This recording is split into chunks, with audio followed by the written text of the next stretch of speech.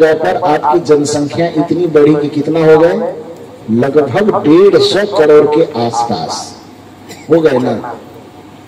तो आदमी की जनसंख्या 33 से बढ़ करके 150 करोड़ पहुंच गया, तो देवता उतनी पे टिका होगा। उसका खानदान नहीं बढ़ा होगा क्या? तो पुरानी जनसंख्या की जनगणना के आधार पर कहने शायद इसीलिए मजबूरन 33 करोड़ ही कहना पड़ता है। लेकिन अभी आदमी की जनगणना जिस तरह से हो रही है, देवताओं की भी हो जाए तो मेरे समझ से वो ही बढ़कर के 66 करोड़ हो गया।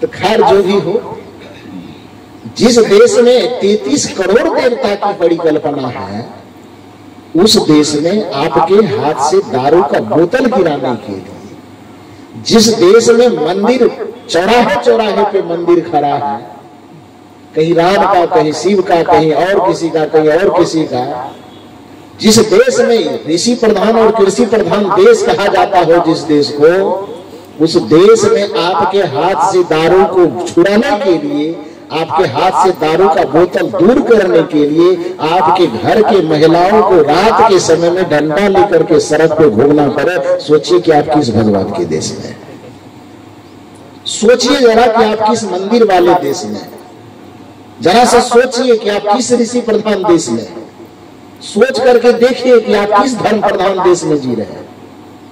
इस मकसद से, इस दृष्टिकोण से उस खदान में काम करने वाले उस मूर्तिकार की बात पर मुझे बड़ा एकदम क्या कहिए कि मैं झूम गया कि इतनी अच्छी बात एक काम करने वाला कारीगर कह सकता है जो वेद की ऋचाओं से एकदम तालमेल खाता। उन्होंने कहा कि एक पत्थर हमारी खदान से निकल करके जब तक मंदिर के चौखट तक जाता है तब तक वह पत्थर ही रहता है, लेकिन जिस दिन एक बार वह मंदिर में प्रवेश करता है वो भगवान बन जाता। लेकिन दुर्भाग्य की बात है, उसी मंदिर में यह आदमी नाम का प्राणी हजारों बार प्रवेश करता है, फिर भी वह इंसान नहीं बन पाता। ये सबसे बड़ी दुख की बात।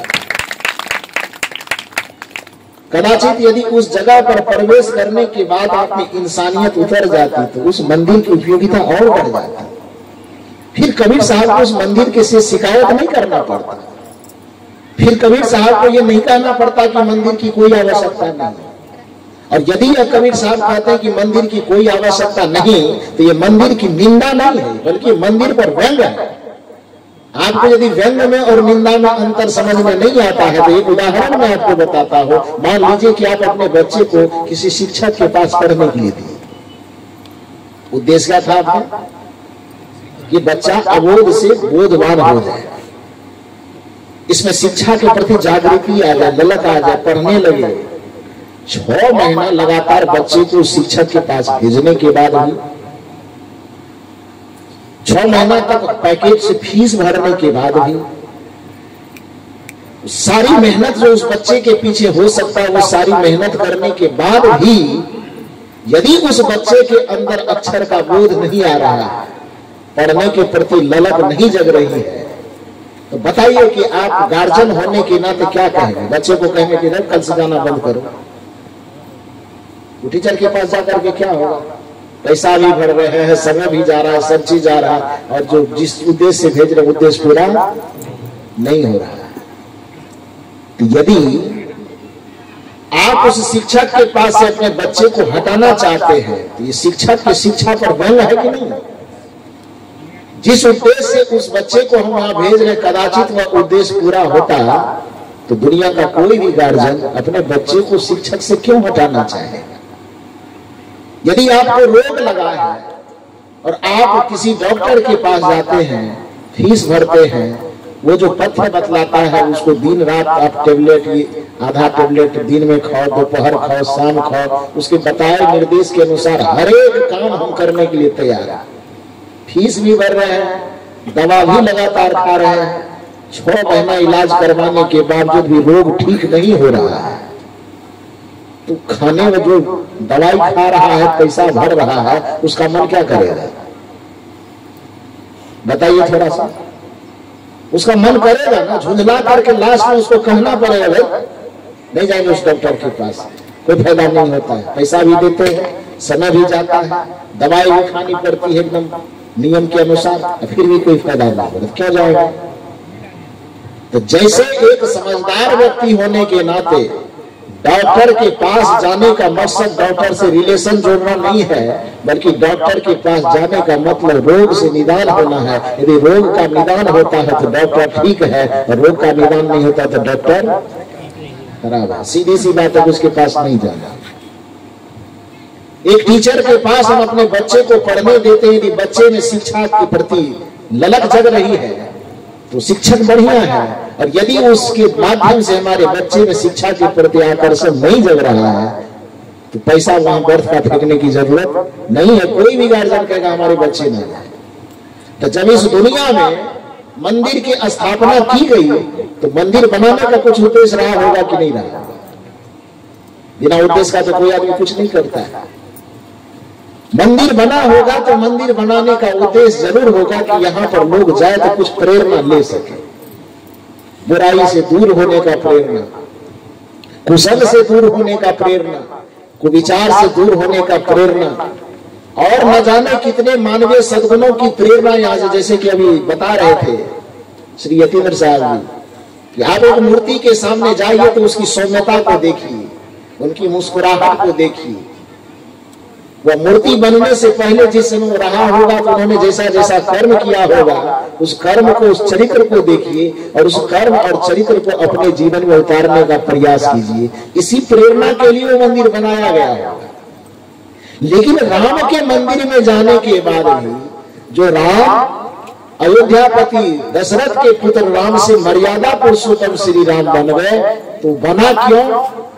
माता पिता और गुरुजनों का निरंतर वंदन करने के कारण, और 1000 बार उस राम जी के मंदिर में प्रवेश करने के बाद भी आप बुढ़ापा में अपने माता पिता का हाथ पकड़ कर वृद्धाश्रम भेज देते हैं, तो फिर मंदिर जाने का क्या फायदा होगा?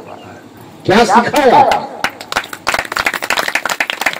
कदाचित यदि आपको श्री राम के मंदिर जाने से यह प्रेरणा मिल जाए कि हमें भी प्रतिदिन अपने माता पिता का आदर करना है, सम्मान करना है, माता पिता के स्वाभिमान की रक्षा के लिए कदाचित राज जैसे चीजों को भी ठोकर मारना पड़े, तो हम राम जी से वो प्रेरणा लेकर के उस राज जैसे संपदा को भी ठोकर मार सकते हैं, लेकिन माता पिता के स्वाभिमान को हम ठोकर नहीं मारेंगे।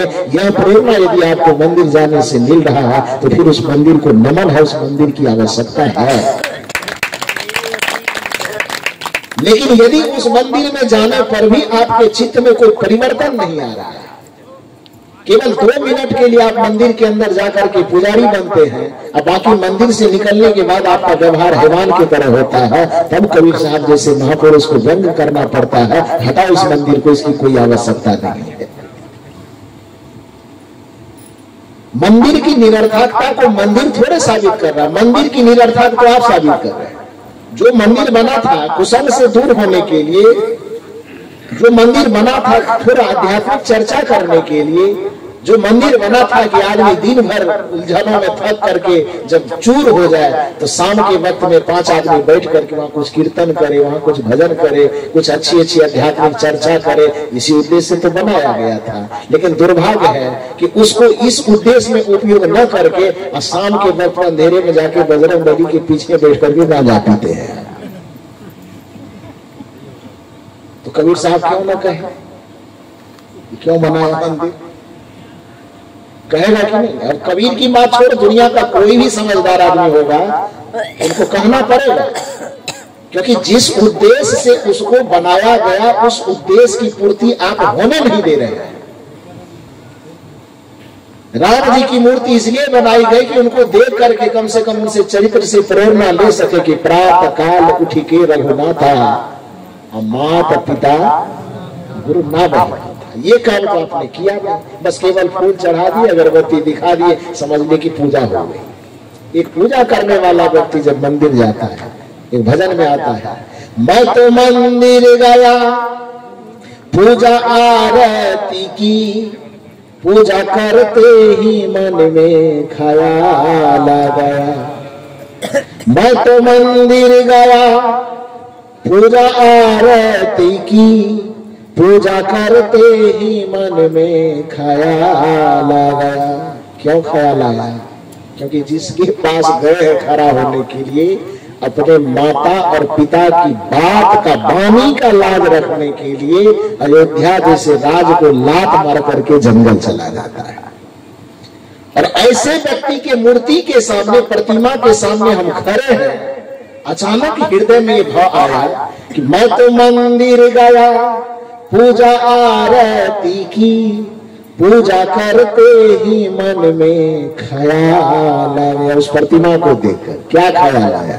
कभी माँ बाप की सेवा की ही नहीं, सिर्फ घंटा बजाने से क्या फायदा। यदि यह व्यंग आपको समझने के लिए नहीं आता है तो धिक्कार आपकी बुद्धि को। तब फिर कबीर साहब आपको समझ में नहीं आएगा, फिर कबीर का दर्शन आपके समझ में नहीं आएगा, क्योंकि आपकी बुद्धि का लेवल बहुत नीचा है। आपको भाषा की समझ नहीं है, आपको भाषा की शैली की समझ नहीं है, आप भाषा के संप्रेषण को नहीं समझते हैं। और एक बात ध्यान रखिए, जब साहित्य की गहराई में हम लोग डुबकी मारते हैं तो अब दो बातें कही जाती हैं। एक बात भाषा को अभिव्यक्त करना, और दूसरी बात भाषा को संप्रेषित करना। अभिव्यक्त करने की क्षमता तो धरती पे मनुष्य क्या जानवर तक को ही है। अरे कुछ होता है उसके अंदर तो अभिव्यक्त करता है। आपको चोट लगेगी तो बताइएगा ना कि चोट लगी है, भूख लगेगी तो बताइएगा ना बोल करके कि भूख लगी है। इस धरती पे जन्म लेने वाला मानव अथवा मानवेतर प्राणी, हर प्राणी को अपना सुख दुख, अच्छा बुरा, हर चीज को अभिव्यक्त करने की क्षमता तो है। लेकिन यदि अभिव्यक्त करने की क्षमता तक ही आप सीमित हैं तो फिर आप में और एक जानवर में कोई अंतर नहीं। अंतर कब से होना शुरू होगा? जब आप में अभिव्यक्ति के साथ साथ अपने भाव को संप्रेषित करने की ताकत आ गई, तब उस दिन समझ जाइए कि आप मानव जीवन पाने के आप हकदार हो गए। बात समझ में आ रही है? अभिव्यक्त करना मतलब कुछ बोल करके किसी को सुनाना, और संप्रेषण का मतलब क्या होता है? अपनी बात को किसी के आत्मा तक पहुंचा देना। अभिव्यक्त का मतलब होता अपनी बात को किसी के कान तक पहुंचा देना, और संप्रेषण का मतलब होता है अपनी बात को किसी के मन तक, किसी के हृदय तक, किसी के आत्मा तक पहुंचा देना। ये संप्रेषण कहलाता है।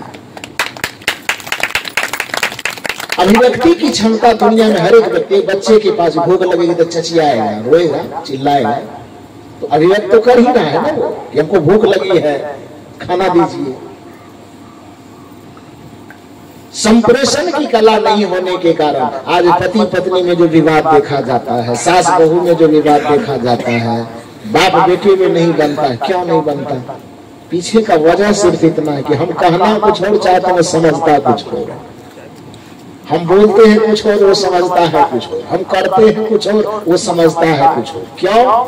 क्योंकि हमारे जीवन का जो चिंतन शैली है वो अभिव्यक्ति तक है। अभिव्यक्ति को देख रहा है, लेकिन अपने भाव के संप्रेषण को हम उनके दिल दिमाग तक नहीं पहुंचा पा रहे हैं, जिसके कारण से रिश्तों में ये बवंडर होते रहते, समझ नहीं पाता है। लेकिन आपकी चेतना इतनी विकसित हो सके। कबीर साहब कहते हैं कि यदि हमको समझना हो तो कबीर साहब कहते तुम्हें हंस बनना पड़ेगा, क्योंकि हंसन की गति हंस ही जाने, क्या जाने कोई का। तो कौवा बन करके तू हंस की भाषा समझना चाहेगा तो कैसे होगा? हंस की भाषा समझने के लिए तुम्हें हंस के लेवल पर आना पड़ेगा। इसलिए कबीर साहब का चिंतन, कबीर साहब का दर्शन समझने के लिए, हालांकि लोग कहते हैं कि कबीर साहब तो अनपढ़ थे, बेवकूफ है जो कहता है कबीर साहब अनपढ़ थे। जिस भाषा को आज आप बोल रहे हो उस भाषा को पैदा करने वाले कबीर साहब है। गजब करते हो यार, तू कहते अनपढ़ है। उस भाषा को रट करके तू कहता है कि हम विद्वान हैं, और उस भाषा को कबीर साहब जैसे महापुरुषों ने पैदा किया है, उत्पन्न किया है। क्योंकि जिस भाषा को जिस रूप में आज आप और हम बोल रहे हैं, भाषा ऐसी थी ना जी। भाषा के कम से कम 6 संस्करण हुए। संस्करण समझते हैं? संशोधन, जैसे संविधान बनता है या कोई नियम बनता है, उसमें गड़बड़ी नजर आ जाती है तो उसको संशोधित करते हैं। तो आज जो भाषा, जिस भाषा को आप और हम अभी बोल रहे हैं, इस भाषा के कम से कम कितने बार संशोधन हो चुके? 6 बार। मूल भाषा, मौलिक भाषा जो पहले थी यहाँ पर, वो क्या थी? संस्कृत थी। और संस्कृत में भी वैदिक संस्कृत, वैदिक संस्कृति को, संस्कृत को सब बोल नहीं पाते थे, बड़ा क्लिष्ट व्याकरण था उसका। तो वैदिक संस्कृत का सबसे पहला संस्करण हुआ जिसको लौकिक संस्कृत कहा गया। क्या कहा गया? लौकिक संस्कृत, मतलब लोक में प्रचलित होने वाला संस्कृत। रामायण जो लिखा हुआ है, महाभारत जो लिखा हुआ है, वो वैदिक संस्कृत में नहीं लिखा हुआ है। वेद वाला संस्कृत यदि आपके सामने पलट करके रख दिया जाए तो हम लोगों का कभी कभी छक्का छूट जाता है भाई। इतने लंबे लंबे वाक्य होते हैं, उसका छंद मात्रा ऐसा होता है कि कभी कभी एक एक वाक्य को समझने में 2-2, 3-3 दिन माथा दर्द करता है। तो जब हम लोगों का ये हाल है तो सवाल लोगों के पास दे देगा तो उसका क्या हाल होगा? तो उस चीज को माना मूल रूप में संस्कृत था, लेकिन संस्कृत में भी थोड़ा कठोर था, तो उस कठोर वाली स्थिति को वैदिक संस्कृत कहा गया। लेकिन भाषा तो चूंकि आम जनता के लिए होता है, तो उस वैदिक संस्कृति को थोड़ा सरल बनाने के लिए जो संस्कृत का रूप दिया गया उसको कहा गया लौकिक संस्कृत। क्या कहा गया? लौकिक संस्कृत।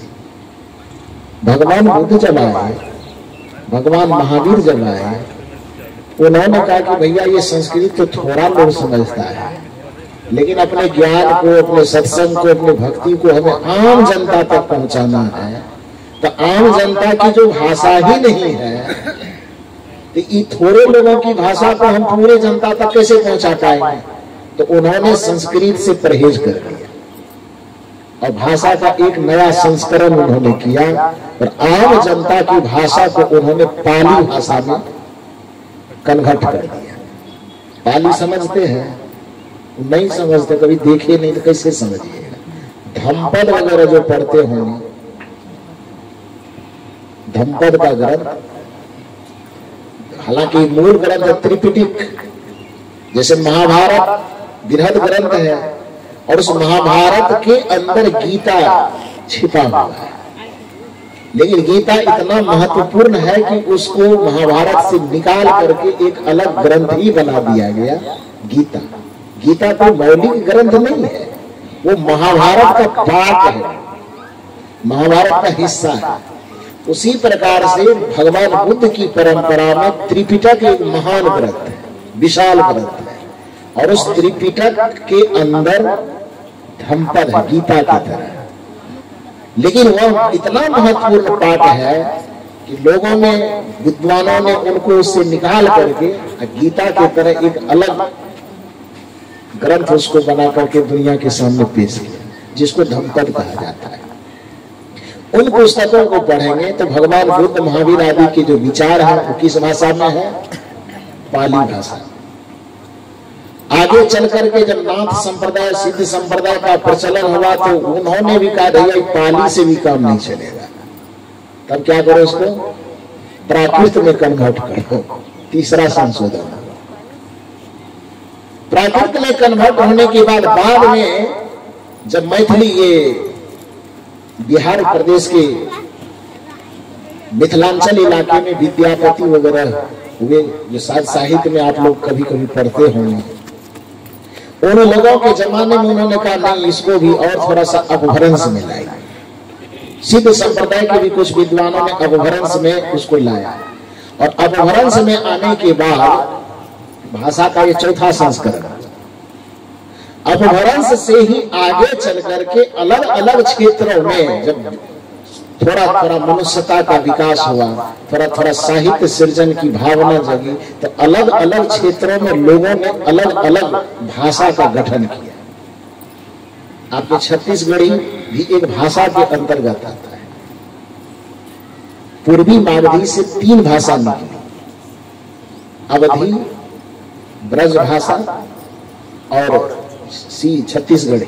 हम लोग जब प्रोफेसर वाला एग्जाम दे रहे थे तो उसमें मैंने इसको इस तरह से करते थे, एबीसी करने में थोड़ा सा कोड माथा में अटता था, बैठता था। ABC, अवधी, ब्रजभाषा और C से छत्तीसगढ़ी। तो ABC कहते थे तो दिमाग में अट जाता था। तो कहने का ये अर्थ है कि उसमें 3 प्रकार के जो अपभ्रंश के 3 शाखा निकले, शौरसेनी, मागधी और अर्धमागधी। अब ये मत समझिएगा कि व्याकरण क्यों पढ़ाना शुरू कर दिए। खैर इतना डिटेल में मैं नहीं ले जाऊंगा। मतलब मूल रूप से समझिए कि भाषा के जो 6 संस्करण है उसमें से 4 तत्व तो आपने देख लिया कि पहले संस्कृत, संस्कृत से पाली, प्राकृत, प्राकृत से अपभ्रंश, अपभ्रंश तक जब आप आए तो अपभ्रंश के बाद फिर भाषा का बहुत बंटवारा। जो आपको मथुरा वगैरह, वृंदावन वगैरह का जो क्षेत्र है उसमें ब्रज भाषा का ज्यादा प्रचलन हुआ, और आपका अयोध्या वगैरह का, कन्नौज वगैरह का, लखनऊ वगैरह का जो क्षेत्र है उसमें अवधी भाषा का ज्यादा प्रचलन हुआ, जिसके कारण से सूरदास जी उस इलाके में थे तो उन्होंने ब्रज भाषा में कविता की रचना की। श्री कृष्ण के जितने पद बनाए गए तो न संस्कृत में है, न अंग्रेजी में है, न हिंदी में। किस भाषा में है? ब्रज भाषा में। और रामचरितमानस किस भाषा में है? अवधी भाषा। हालांकि रामचरितमानस लिखे जाने से पहले अवधी भाषा बहुत प्रचलित हो गई। गोस्वामी जी बड़े चालाक निकले। गोस्वामी जी का अपना जितना लोग खासियत बताता है उतना खासियत है नहीं, उसको मौका का चौका मिल गया। कथा का मूल कॉन्सेप्ट उन्होंने वाल्मीकि जी से ले लिया, और शैली जो लिया रामचरितमानस लिखने का, उस शैली भी उसका अपना बनाया हुआ नहीं। शैली उन्होंने लिया किससे मालूम है? सूफी धर्म के सबसे बड़े आचार्य मलिक मोहम्मद जायसी से। मलिक मोहम्मद जायसी गोस्वामी तुलसीदास जी के जन्म लेने से कम 300 वर्ष पहले, जिस समय कबीर साहब का काल रहा, वही समय कबीर साहब से भी कुछ बड़े थे मलिक मोहम्मद जायसी। और गोस्वामी तुलसीदास जी के जन्म लेने से लगभग 300 वर्ष पहले मलिक मोहम्मद जायसी ने अवधी भाषा में पद्मावत नाम का ग्रंथ लिख डाला था। लेकिन वह पद्मावत ग्रंथ आज तक लोगों के सामने नहीं आया, जिसके कारण से मेहनत किया हुआ था किसका? मलिक मोहम्मद जायसी का। नाम कमा लिया कौन? थोड़ा बोलिए और बढ़िया से। तुलसीदास जी कमा लिए। जितना का जितना उसका सोरठा था, उनका छंद था, उनका दोहा की शैली, चौपाई की शैली, उस सारी की सारी शैली अवधी शैली का। हम लोग से जब प्रश्न किया जाता है कि अवधी भाषा में लिखा गया सबसे पुराना ग्रंथ कौन है, तो उस जगह में रामचरितमानस पे टिक मारने पर फेल कर जाएगा। उसमें पद्मावत कहना पड़ेगा। और खासियत यह है पद्मावत, जो आजकल फिल्म बना ना, बना पद्मावत बना ना, तब परीक्षा देने गए तो हम किताब पढ़ने से फिल्में देख लीजिए। हमको तो किताब पढ़ने में कौन माथा पच्ची करेगा। लेकिन फिल्म थोड़ा तो मॉडर्न तरीके से बनाया गया, लेकिन पुस्तक तो खैर पढ़ना ही पड़ेगा क्योंकि उसकी धारणा अलग है। फिल्म तो खैर मनोरंजन के लिए बनता है, तो उसमें वो जो कहानी किताब में है उतनी कहानी गहराई से इसमें नहीं दिया गया है। तो मूल रूप से अवधी शैली की जो प्रमुख ग्रंथ है, क्योंकि गोस्वामी जी ने रामचरितमानस को लिखा भी यदि अवधी भाषा में, तो उसको उन्होंने अवधी में कहा तो कि अवधी में लिखेंगे, लेकिन वह अवधी में लिख नहीं पाया, संस्कृत को उसमें और जगह दे दिया। अब बंदम, गुरुपद, कंज, कृपा, सिंधु, नर रूप, हरि, इसमें कौन अवधी है?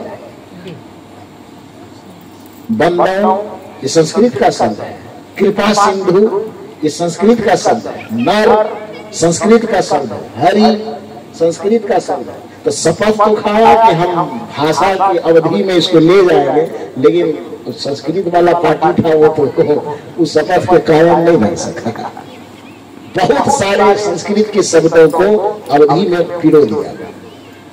मूल अवधी भाषा का कॉन्सेप्ट यदि दिया इस धरती को किसी ने, तो सबसे पहले किसने दिया?